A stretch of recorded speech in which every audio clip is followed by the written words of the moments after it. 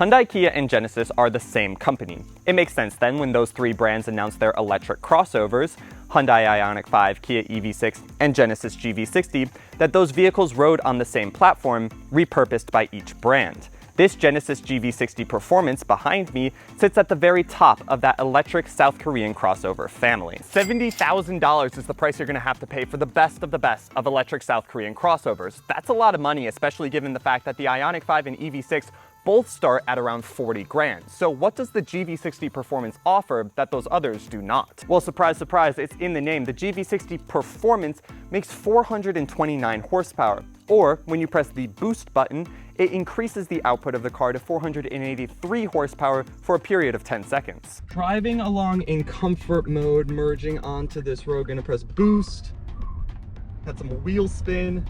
Yeah, that's quick. Now, the fastest car I've driven is definitely the Rivian R1T. It's not that quick, but for a size of a subcompact crossover, that's pretty good. More powerful electric motors combined with these rather good-looking 21-inch rims does mean you will be driving less efficiently. The EPA estimates the GV60 Performance's range at 235 miles, which is nothing to brag about. Now, the biggest surprise to me about boost mode is that when you press it, it changes the throttle mapping of the accelerator. So right now I am driving 40 miles an hour. If I press boost, I accelerate to 50 miles an hour without my foot moving at all. It changes the throttle mapping so much that you actually accelerate. I've never experienced that in any other car. And then when boost mode disengages, you decelerate back to where you were.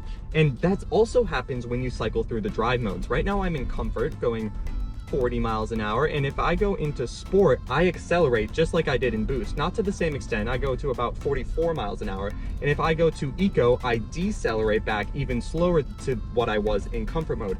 I've never experienced that before in any other car. It's probably partially because this car doesn't have a transmission because it's electric, so it can just instantly change the throttle mapping like that, but it's really interesting and a unique feel, and it's something you gotta get used to while you're driving the car. Now, the GV60 is not just a performance boost over the Ioniq 5 and EV6. It is genuinely a more luxurious and technologically advanced car than those models. For example, if I am to lock the GV60 right now and toss the keys away, I can place my finger on the door handle and look at the B-pillar, and it will scan my face and unlock the car even when I'm wearing sunglasses. And once you have entered the GV60 and are keyless, I'll demonstrate that again by tossing the keys away, you can place your fingerprint on the center console. It will scan your finger if you have it set up, and you can start the car without needing a key. This is a great feature to have if you want to use your car without bringing a physical key fob with you, like if you're going swimming or going for a bike ride. And it's better than other systems similar to this because you also don't need your phone. All you need is yourself. And I found myself using it the most when I walk into the garage to go get something from my car. I realize I don't have my keys. I don't have to go back in the house. I can just scan my face on the B-pillar and the car is unlocked. The interior of the GV60 is also a step up from the Ioniq 5 and the EV6, though I'll say it's not to the same level as the Genesis GV70. It's just a little more simply laid out than that car, but it's still very nice nonetheless. When you turn the car on, your crystal orb flips over into a gear selector. It's a very neat touch, and you'll find very familiar switchgear if you've ever been in another Genesis. Climate controls are separated from the main infotainment, and they're a mixture of digital but also physical controls, which is very nice to see. You can control the main infotainment either by this swivel wheel, or it is also a touchscreen, and it is very fast and easy to use and crystal clear. You have heated and cooled front seats, a heated steering wheel, massaging front seats as well. The steering wheel is very chunky and has a good feel to it, and the instrument cluster is very crisp and tells you all the necessary information. One-pedal driving is another characteristic of electric cars, and the GV60 does offer that.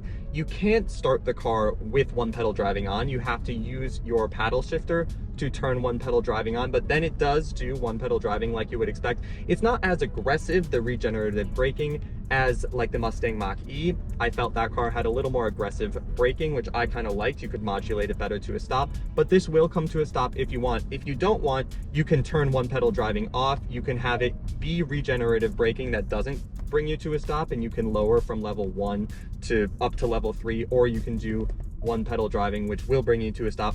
I like one-pedal driving, so I leave it in one-pedal driving. but it's nice to know that there is levels of customization. And even though this car has the footprint of a subcompact crossover, say Audi Q3, BMW X1, it actually has the interior size of something closer to a compact crossover, Audi Q5, BMW X3. And I, at 6'2", can comfortably sit behind my ideal driving position, although the floor is a little high because it does have all those battery packs under there, so my knees are a little raised, but I have more than enough headroom, more than enough knee room, and could definitely do a long distance in the back of this car. So that's the 2023 Genesis GV60 performance. It's fast, futuristic, and kind of expensive. But when compared with the Ford Mustang Mach-E GT and the Tesla Model Y performance, it offers similar athleticism for a similar price. So would you rather have one of those Americans, or would you rather stick with the South Koreans and maybe save a little money on the Hyundai Ioniq 5 or Kia EV6? Let me know. Make sure to like, comment, share, and subscribe, and I'll catch you guys in the next video.